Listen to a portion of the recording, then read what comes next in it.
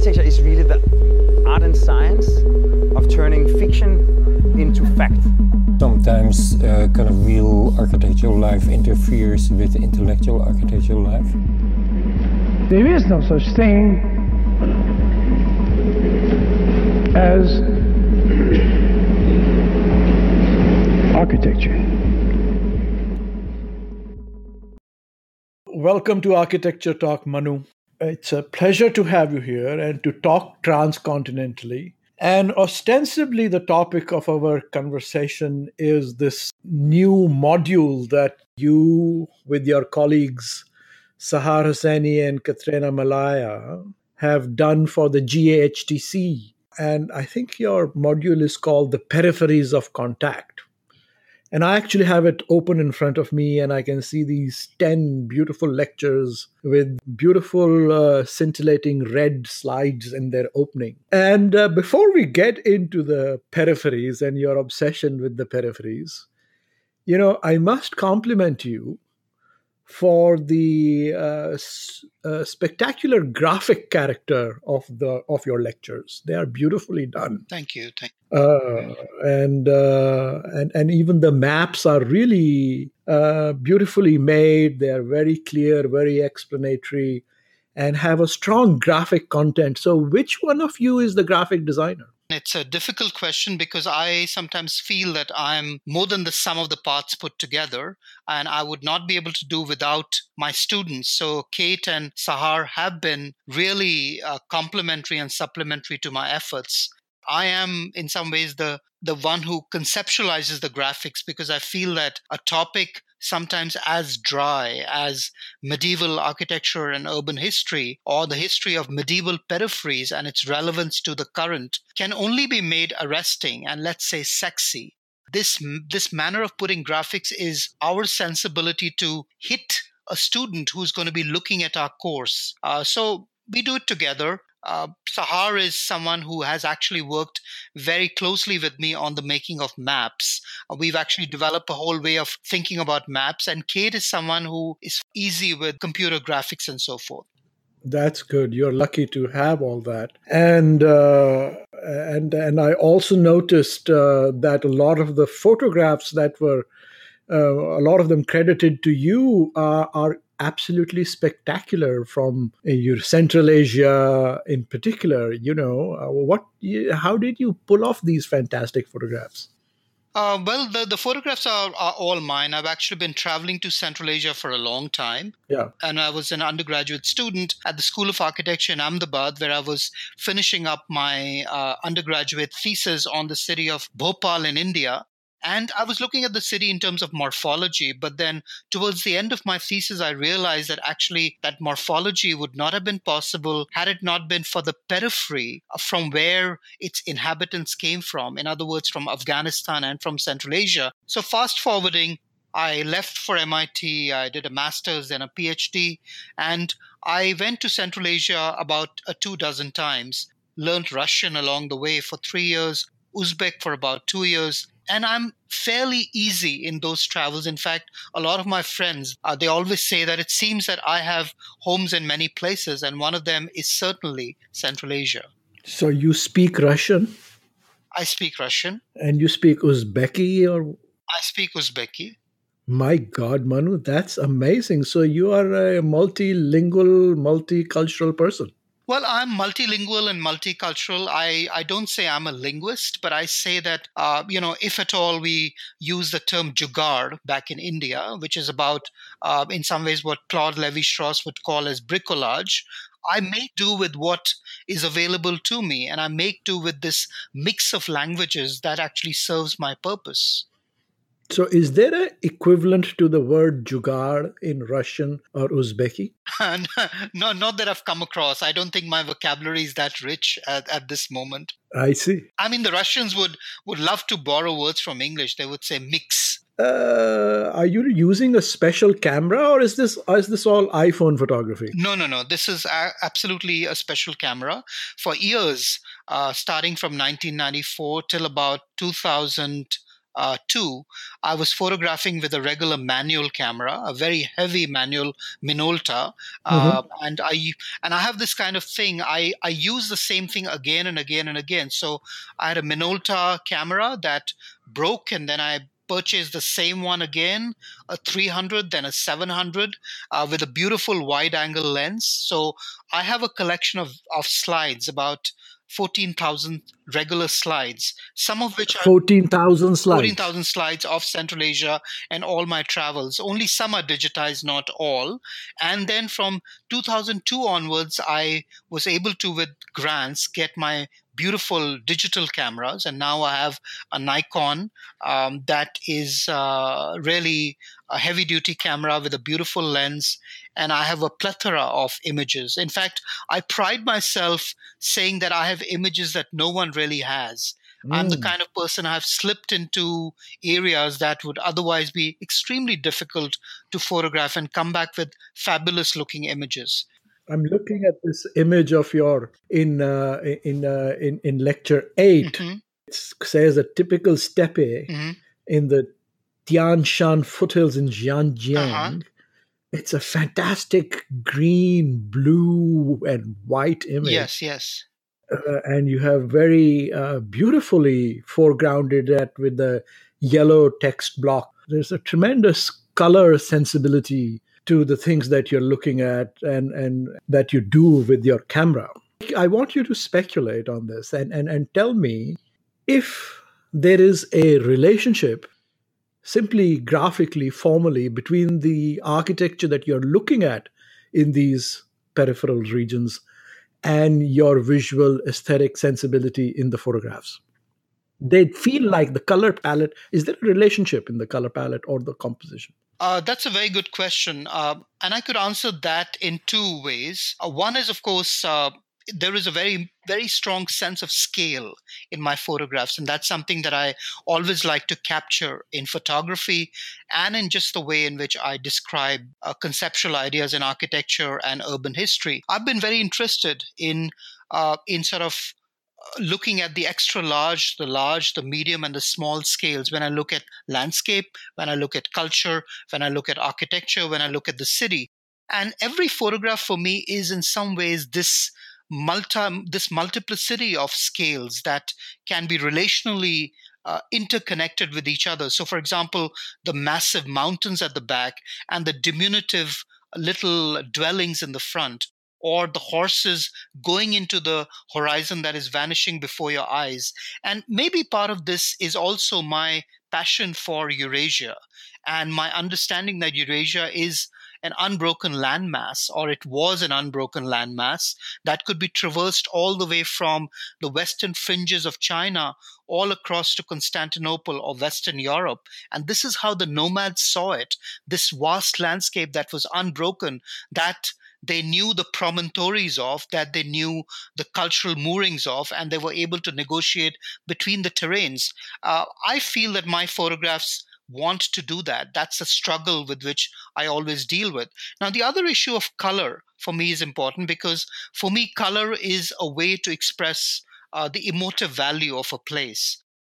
In recent years, in the last 2 or 3 years, I've actually been able to get students to accompany me.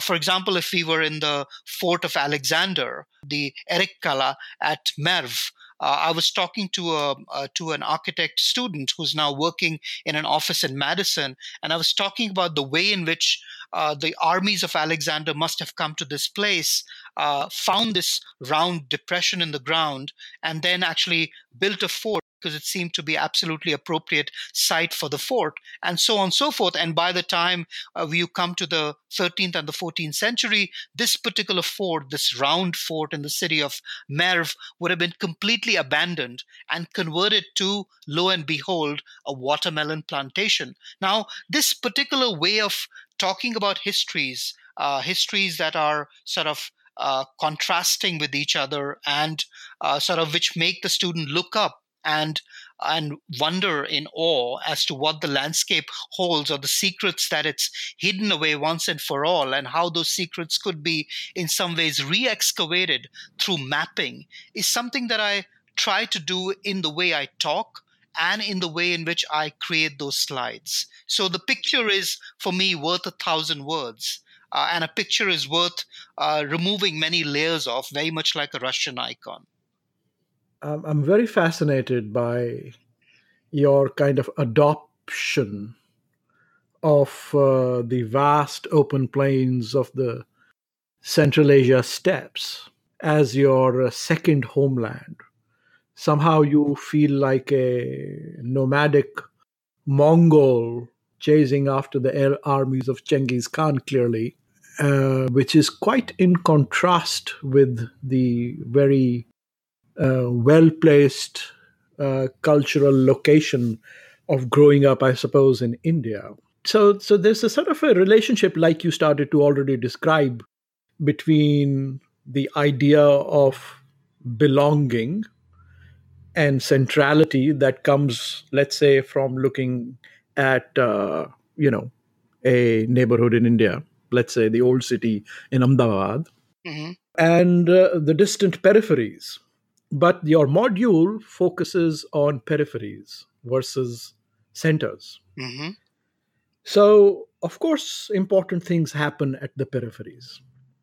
But explain to us what happens at the peripheries that makes its peripheral quality distinctive that you are trying to articulate through the lectures in this module. So that's a complex question, and I just wanted to say that even though I did grow up in a very tight neighborhood. I was born in Calcutta. It was a tight-knit family, then moved to Delhi and grew up in a tight-knit neighborhood, and sort of was part of a protective family where, there were particular ways to do things, certain acceptable norms. We always heard about the way in which we had come from the periphery. In other words, we were in some ways the offspring from a generation who had come across from Pakistan after the partition had actually happened. And we heard stories of that. Of course, these stories I could never test for myself because I did not have the resources as a child.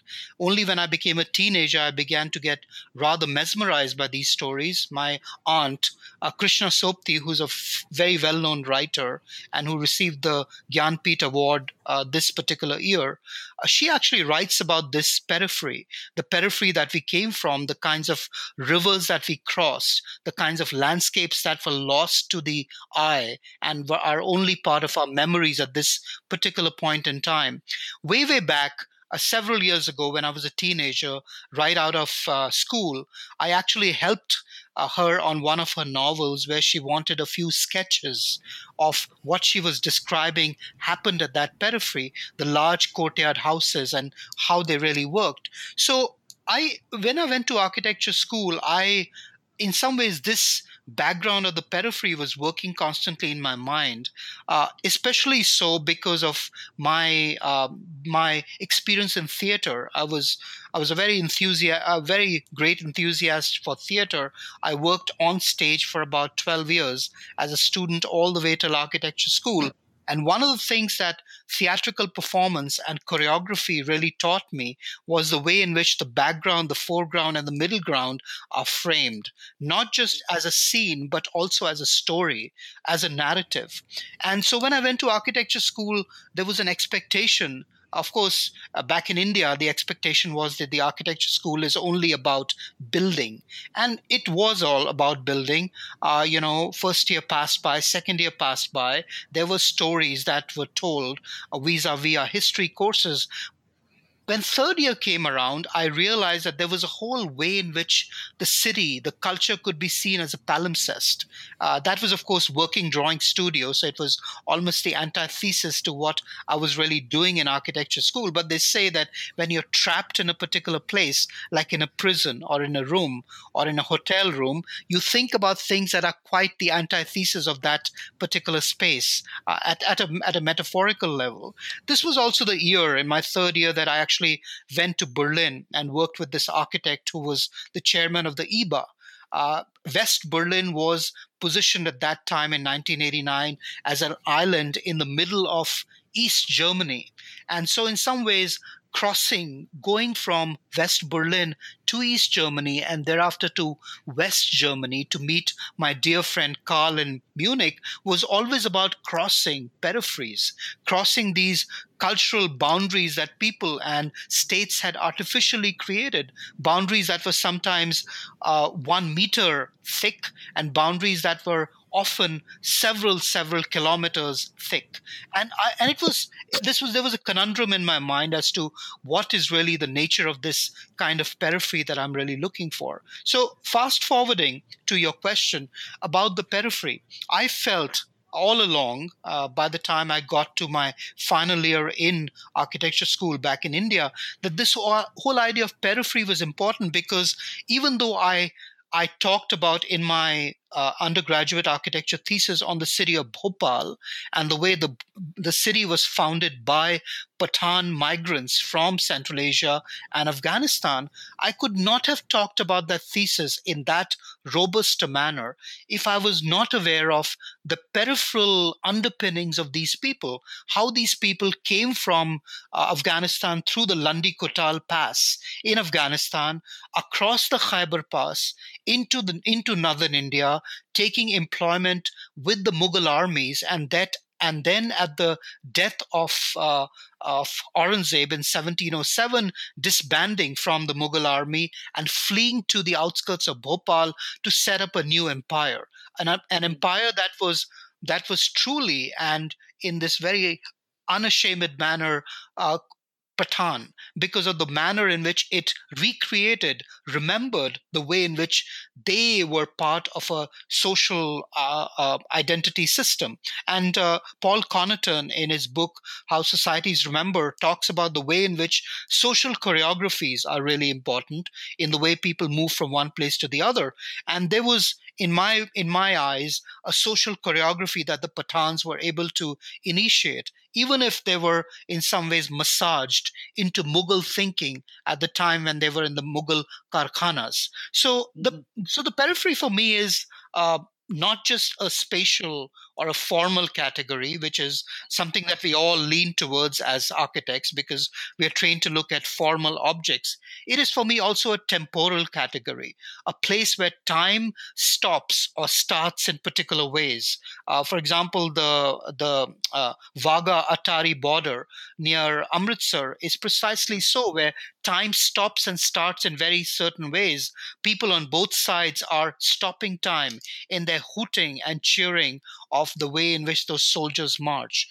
For me, the Berlin Wall that I saw really closely was also a way in which time in some ways stood still. And when the wall was broken down, it was almost as if there was a whole political system that was saying that time should continue from where it had stopped. Of course, you and I know that this can never really happen. Peripheries for me are also metaphorical conditions, the places where meanings are in some ways created and uncreated, meanings that are not merely about what is written about these meanings, but meanings that are also in the mind, meanings that are also about the way we talk, the way we change our word etymologies. And this is something that my aunt Krishna Sobti writes in a book. One of the most famous books is called the Zindagi Nama, which is literally, what happened in life. She talks about the way in which word etymologies change as you move from one place to the other and as you, in some ways, mix languages together. Last but not the least, peripheries for me are also places where certain really important choreographies happen. And these choreographies are, in some ways, rather profoundly different from the center. And that's something that I have been quite interested in thinking about, which is why I decided to create the modules that you're looking at on your computer at this point in time. Well, it seems like this question, of course, extends well beyond the modules that you have created for GAHTC. It seems like it has a strong autobiographical mooring to it.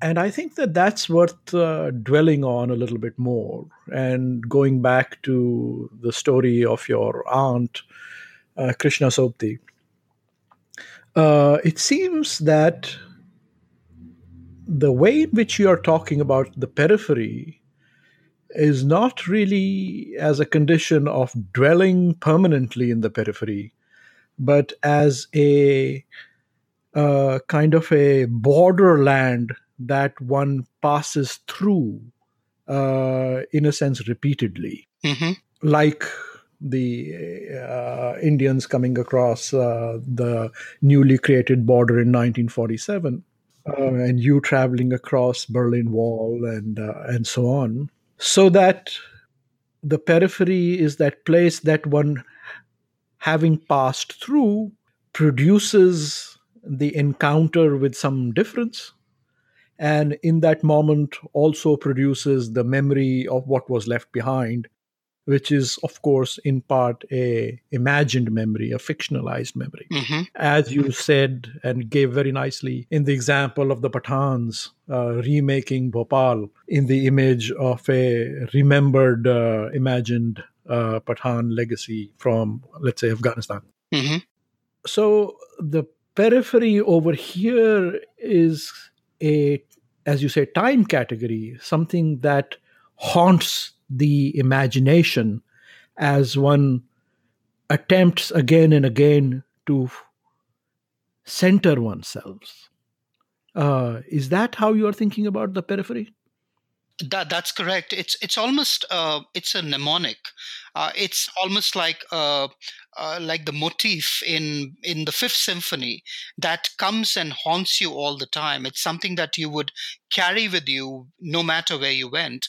One of the projects I'm currently working on. In fact, I have been working on that on this very large project for the last 5 years, and I've received a number of avenues of support for this project. I call it a filmic project, but in some ways it's a semi-autobiographical project. It actually looks at the Amu Darya River, the Oxus River in Central Asia, Right, and famous. the manner in the very famous river. And this river is approximately 1,600 miles long. It stretches from the east to the west, starting in the desert sands of Afghanistan and ending in the Aral Sea. And both of the parts of the world are embroiled in controversy and in conflict. But this particular river is quite spectacular. And in fact, it was part of the way in which I began to look at Eurasia differently, I say. I began to look at Eurasia, as I mentioned, all the way back in 1994. But it's only about 5 years ago that I realized that my looking at Eurasia was not enough, because I was looking at Eurasia in a very simplistic manner. I was looking at Eurasia in a manner where I was accepting the rather contrived sense of peripheries that a modern map actually provided to me. But if I looked a little beyond those modern maps, I realized that the river was actually a liminality, a threshold that actually allowed for the Arab armies coming from Arabia through the city of Merv to cross to the other side and to make the land their own on the other side. They actually called it Mawara Neher, which literally translates from Arabic to land beyond the river. What's even more spectacular is that this long river was only crossed at 2 points along its length. One of them was Khojeli and one of them was Charjui. And these 2 points are the points that line up to the manner in which landscape forms, the contours and the profiles actually work. Now, this project would have been interesting, even the way I describe it, but it became even more interesting because at the time when I began to do this project, I actually picked up Al-Muqaddasi and Al-Tabari, who were writing accounts of the Arab armies moving across Central Asia into the region of medieval Khorasan, and how they crossed this particular river, the encampments that they created, the kinds of conflicts that they had, and the number of men that they lost. So I was, through my travels, able to visit every single point that was mentioned in these texts, geolocate those points, and thereafter acquire 2 years ago a declassified Soviet military map archive that actually gives me all the maps of this river, about 150 of them, and the 2 crossing points, and make a rhino's 3D model of that large landscape. So in some ways, I feel that I am that urban architectural environmental historian with a difference, because I am in some ways trying to ask the questions on the landscape, on the periphery, like have never been asked before. I've been trying to find out how indigenities that people carry from one side to the other change as they relocate their memories when they go to the other side, and how they remember the homeland that they left behind them. So this is certainly something that is right at the center of my concerns with this whole idea of periphery. Fantastic. I think that's a great point to take a little break. We are talking to Manu Sobti on the module that he co-authored on the Peripheries of Contact for GAHTC.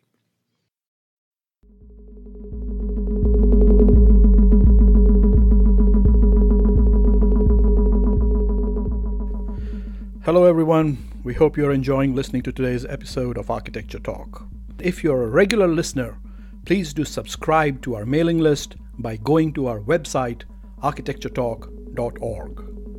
And of course, please don't forget to rate us on iTunes. Okay, let's get back to the conversation.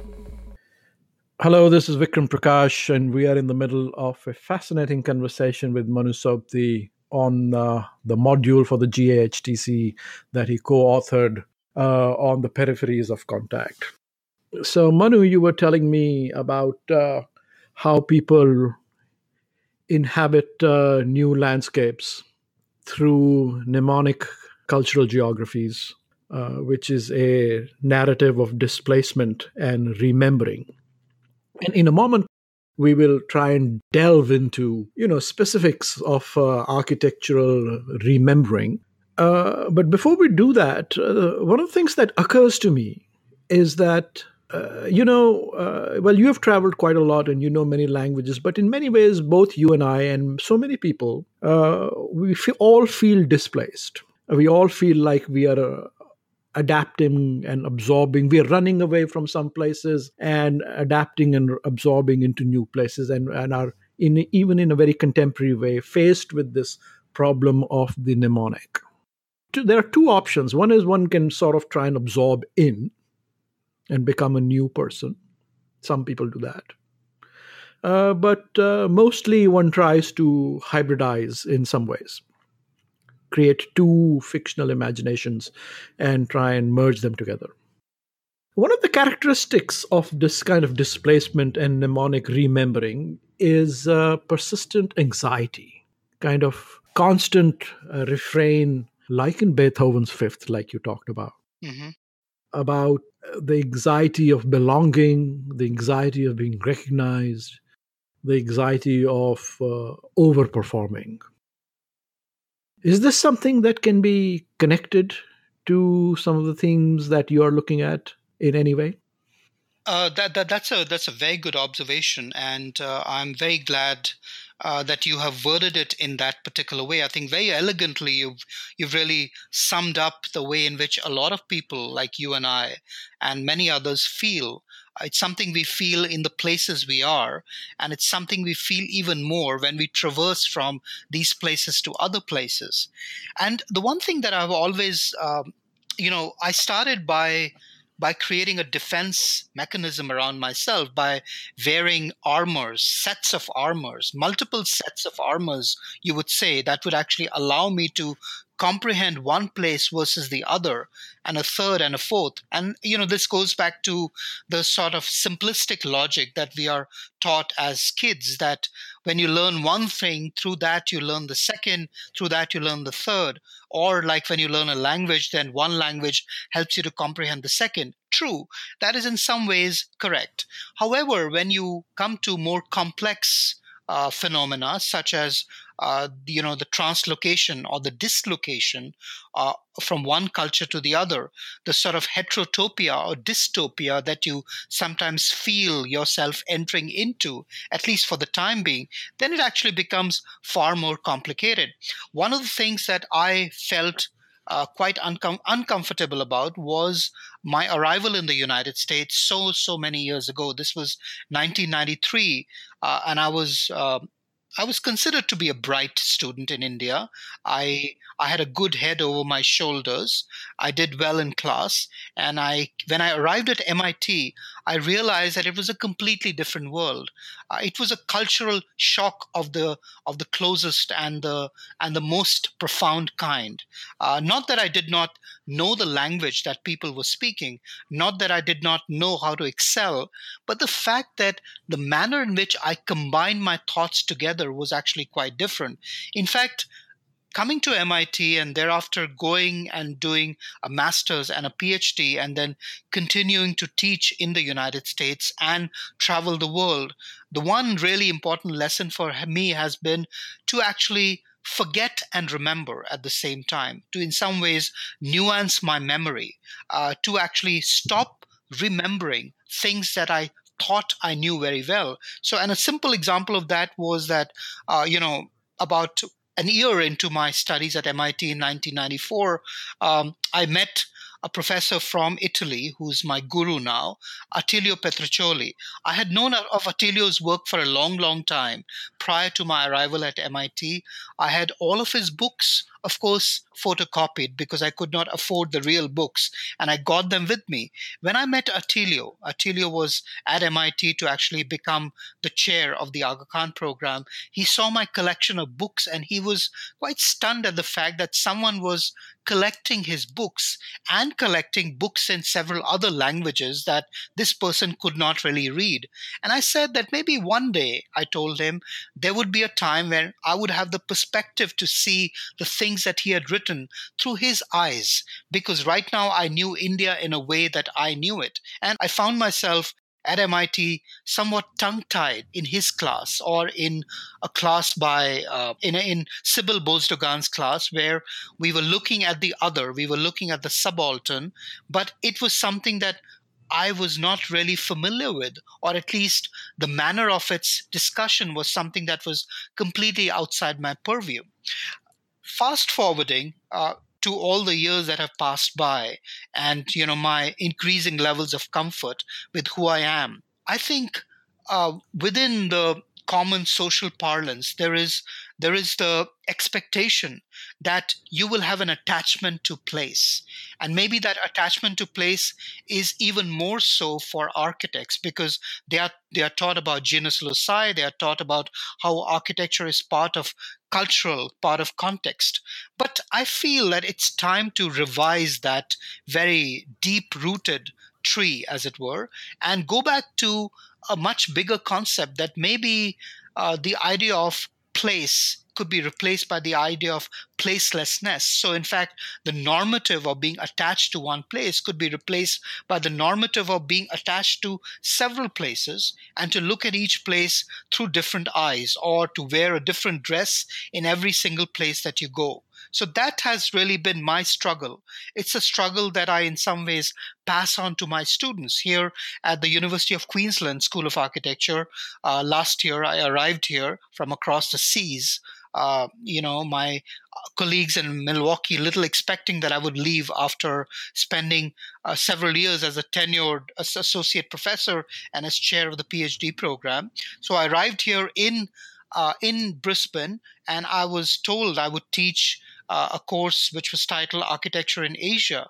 And in this course, I actually tell the students precisely what I have just mentioned, that Asia is not one place, but several. Its people do not belong to one city or one country, but several.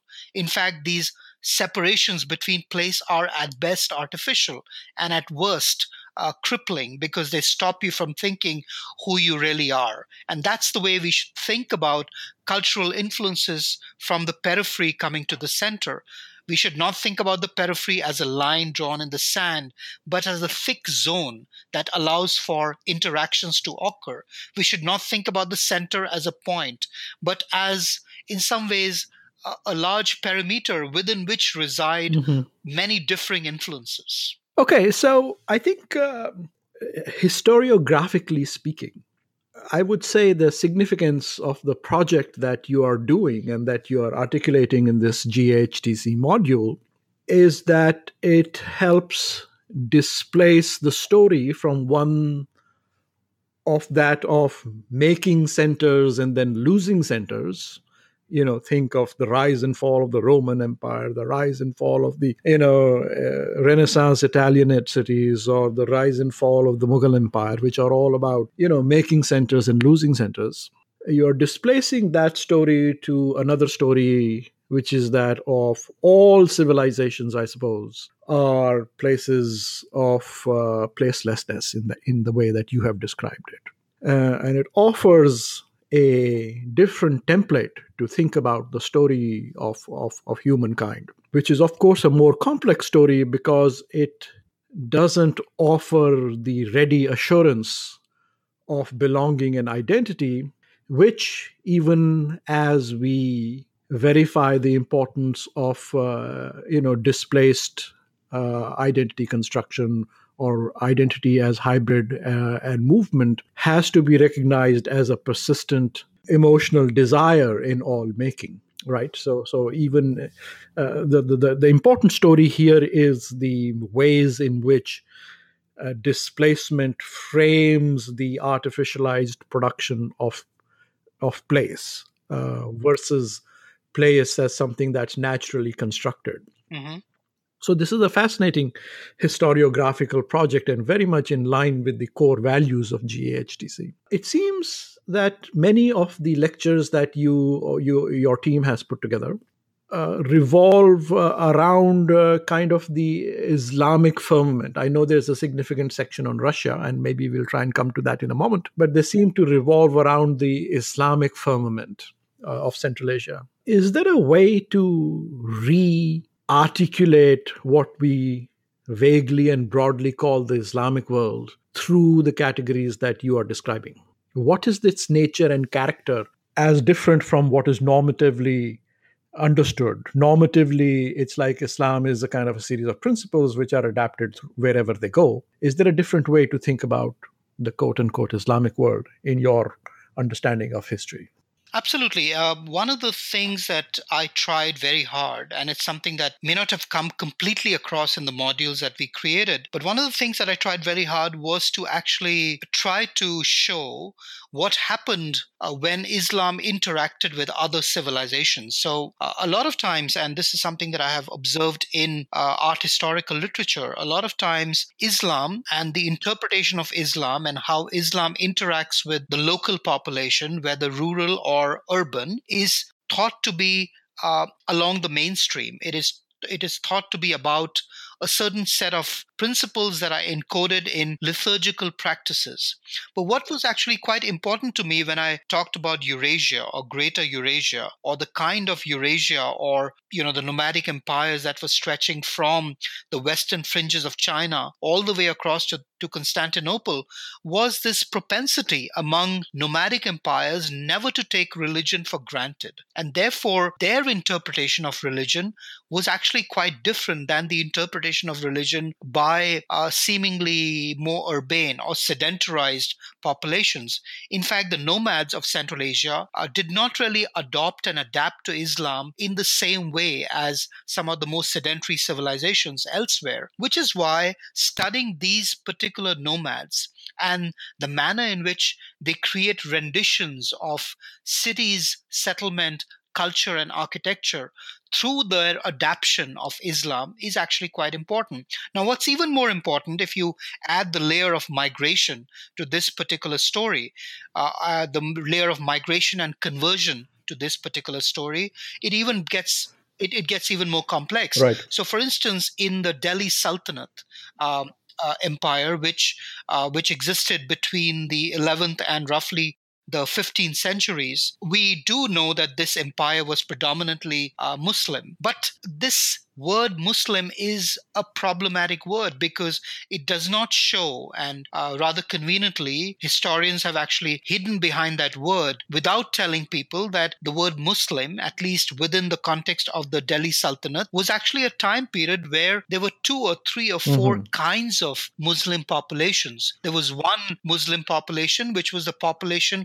of the elites or the bureaucrats who actually came from lands far away, either from Arabia Felix or from Eastern Iran and Central Asia across the mountain passes, when they arrived in the Indian subcontinent, they were the elite. They had a particular interpretation of Islam that was more mainstream. There was a second set of Muslim converts or Muslim believers who were the ones who had converted recently. They were recruits in the Turkish armies who had actually come into the Indian subcontinent, and they realized that in order to be part of the army, to actually be able to eke out certain advantages of taxation, it was important for them to have conversions to Islam. There was a third category of people who were the quasi-nomadic populations within the armies. These quasi-nomadic populations were important because when the Ghaznavids and the Ghurids arrive in the northern part of India, they actually need mercenaries who are really good fighters, who are good Javans, as they would be called later. But many of these fighters were not really very comfortable with the idea of conversion, or conversion that in some way stipulated certain kinds of liturgical conventions. Finally, there is a fourth category, and that fourth category are the indigenous converts to Islam. These are the indigenous populations of the Indian subcontinent who are seeing certain attractive practices happening because of conversions and because of the fact that you have an elite coming from far away who actually creates an upper echelon of society. So this indigenous population begins to convert to Islam.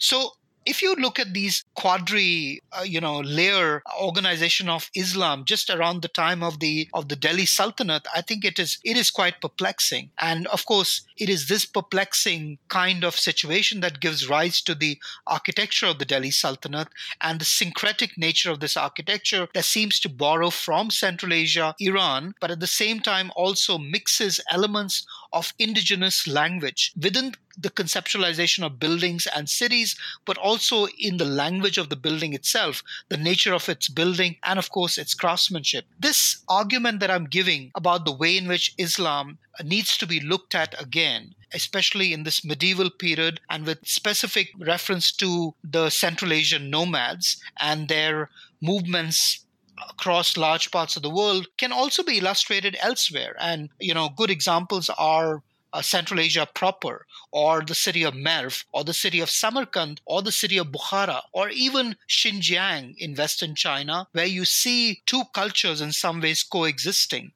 We are in some ways deliberately avoiding looking at the point at which Islam actually comes into these places, whether into Central Asia, whether into the Indian subcontinent, and the manner in which it's coming, its introduction, is a very different process than what we think about a religion doing to a place where it has never been there before. I mean, we call that word proselytize, but some people would call it conversion, but I actually call it assimilation. Right. As we move towards the end here, in lecture 5, which is on Central Asia, you describe this process of displacement as carrying and transferring cultural content.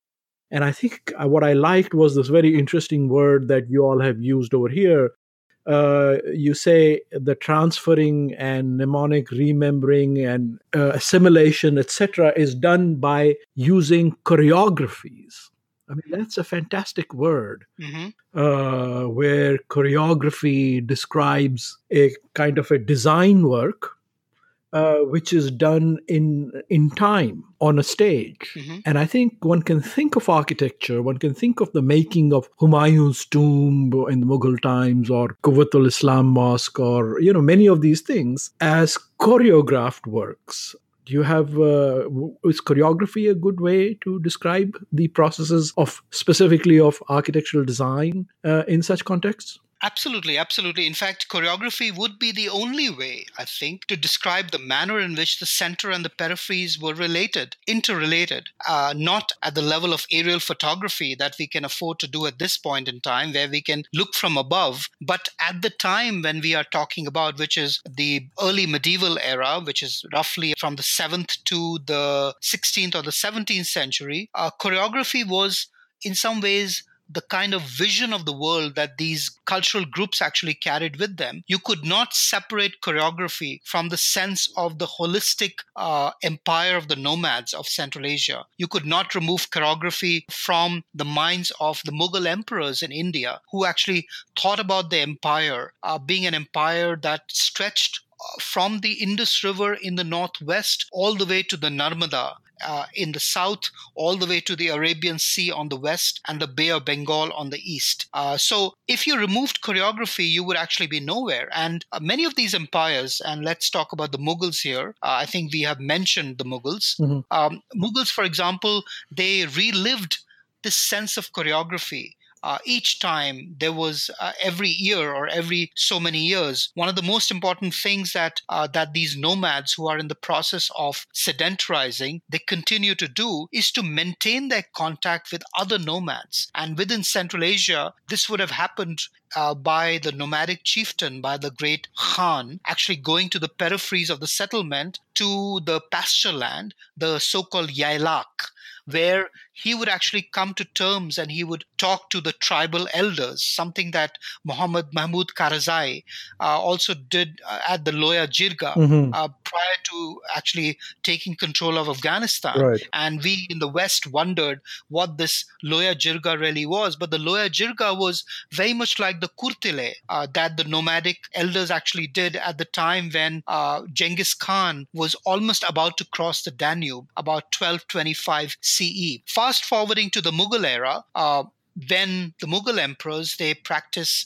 what scholars call as transhumance, where they are traveling with their large entourage of tents and almost literal cities of very large retaining populations, and they're moving from one central point to another central point to a third central point. Each time they move, they are in some ways re-establishing the choreographies that allow them to be the masters of their domain. In each of these places, they do what some scholars have now described as a royal hunt. And the royal hunt is about hunting, but it is also about establishing you as the master of that terrain. And in the royal hunt, they actually take a very large terrain, and in that large terrain, they actually show who's the boss by actually allowing for animals to be corralled and for the real hunt to really happen. And then following the hunt, the emperor, in which case it's Akbar or Jahangir or Shah Jahan or Aurangzeb, would actually show to the local population that they had arrived, and they would arrive again to the same place a few years from now.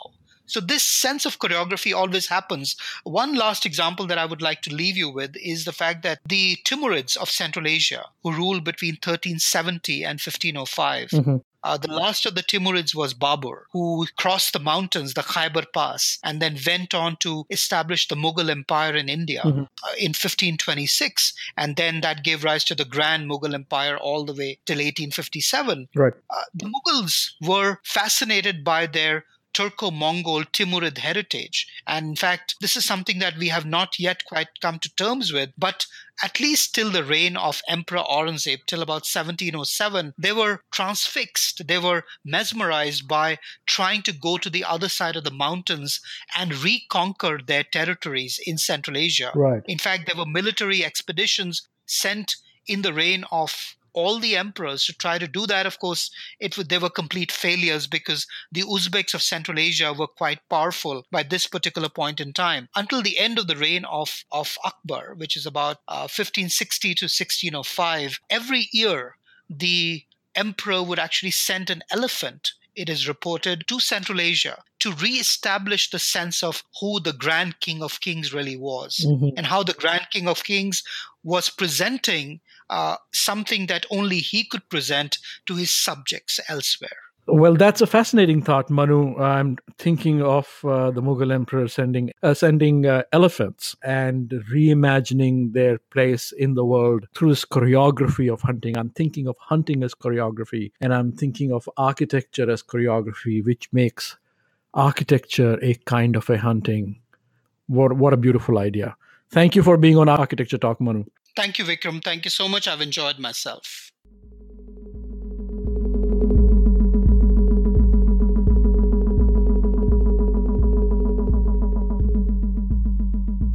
Thank you very much for listening to Architecture Talk. This is Vikram Prakash.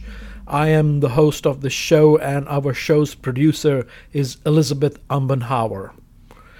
If you like the show, please do remember to subscribe on iTunes, Spotify, or wherever else you get your podcasts. And also take a moment and rate us on iTunes. Thank you very much, and see you next time.